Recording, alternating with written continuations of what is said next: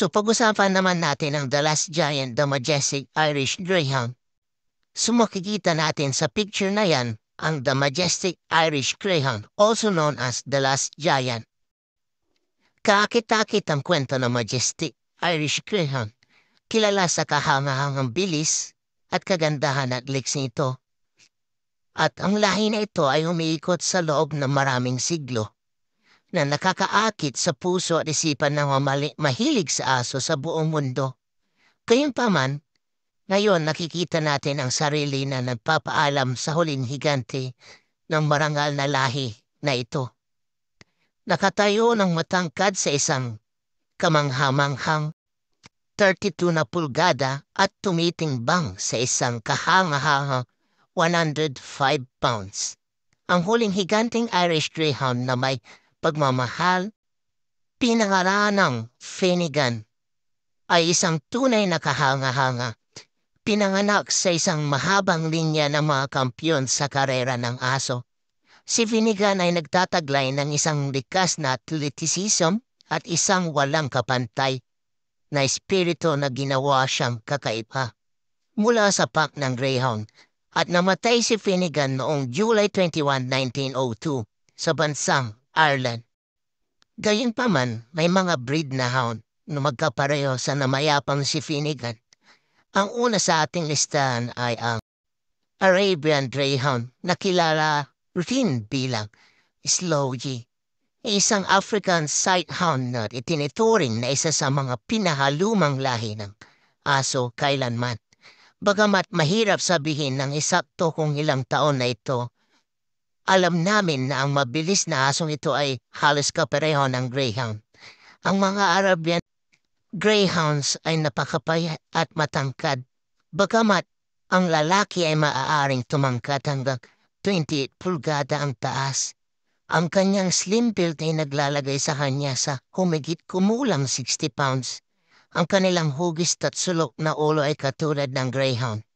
Gayon din ang kanilang instinct din ng panghuhuli. Ang pangalawa naman sa ating listahan ay ang Whippet. Ang Whippet ay isang British breed ng medium-sized na aso ng Sighthound type. Ito ay malapit na nag-uunay sa Greyhound at bukod sa mas maliit na sukat nito, ay ito ang pinakamalapit na kahawig nito. Minsan ay inilarawan ito bilang the poor man's Greyhound.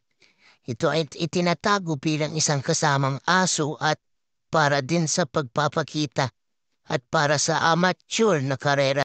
So ang Whippet ang pinakamabilis na Sighthound sa kanilang category. So ang pangatlo naman sa ating listahan ay ang Afghan Hound. Makikilala ng sino man ang isang Afghan Hound mula sa mahaba at madulas nitong coat. Ang hound na ito ay isa ring Sighthound. Sa una ay pinalaki bilang isang mangnaso. Ngunit ngayon salamat sa sikat na balahibo nito, ang lahi na ito ay isang kilalang palabas na aso na may magandang lakad at marangal na vibe. Ang magandang Afghan Hound ay nakatayong tuwid at pinagmalamalaki at ang Afghan Hounds ay maaaring lumaki sa humigit kumulang 27 pulgada ang taas at tumitingbang sa pagitan ng 50 at 60 pounds. Bagamat kayang itago ito ng kanilang mahabang buhok, mayroong silang mga slim at makinis na katawan na katulad ng mga Greyhound. Ang kanilang mahabang leeg ay angkop para sa mahaba, humaagos na mga tainga at makitid na mukha. Ang sino mong naghahanap ng pagmamay-ari ng isang Afghan Hound ay hindi lamang dapat maging handa para sa masinsinang mga pangailangan sa pag-aayos, ngunit mayroon ding isang malaya at malakas ang kalooban na personalidad.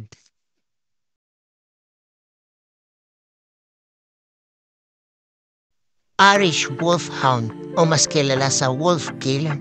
Ang Irish Wolfhound, isa sa kilalang pinakamalaki na breed ng aso, napakadami nila sa bansang Ireland.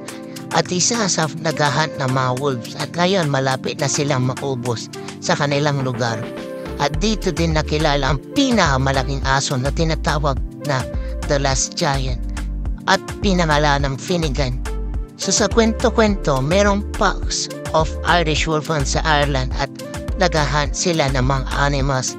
At isa sa animals na yon ay instinct na ito ay ang mga Irish Wolf noong 1876. So makikita natin kung gaano kalaki ang asong Irish Wolfhound. Isa sila sa pinakamalakas na lahi, ngunit kilala sa pagiging malalaking, malambot na puso. Sa tamang pagsasanay at pakikisalamuha, maaari silang maging napaka-friendly sa mga tao at iba pang mga aso. Pagamat sila ay original na pinalaki para sa pagprotekta sa mga hayop mula sa mga lobo sa Ireland.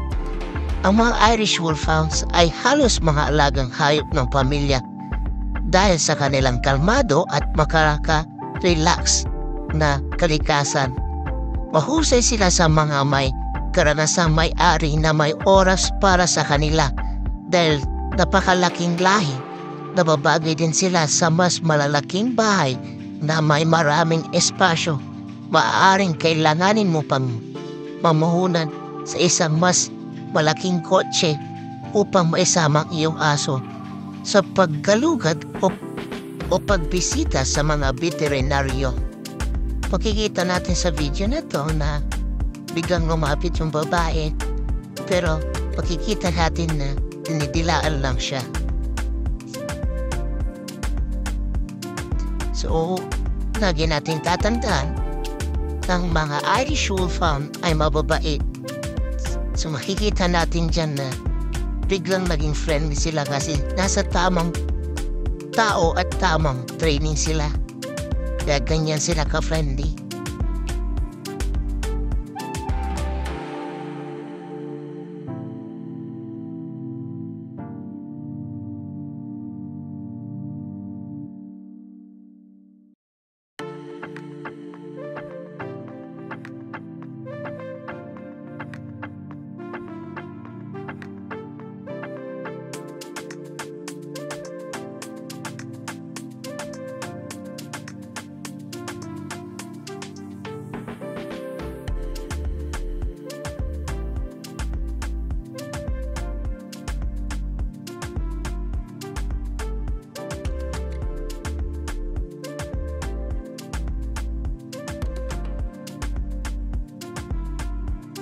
So makikita natin, hindi lang siya pang hunt, pero pwede din siya sa pangbahay-bahay. So makikita natin dito kung gaano siya kabait sa mga amo niya. Mga Irish Wolfhound ay napaka-sweet, loyal at mahinaong aso. They love to be around their family and enjoy plenty of affection. Because of their strong prey drive, only let them off-leash and a securely fenced-in area. Otherwise, they may take off after something and get into a dangerous situation. So bago matapos ang video na to, huwag kalimutang mag-likes and subscribe to my channel para sa mga bagong kwento at realization na aking gagawin. At huwag kalimutang mag-share na aking YouTube channel at aking Facebook channel. So guys, thank you for watching. Bye-bye!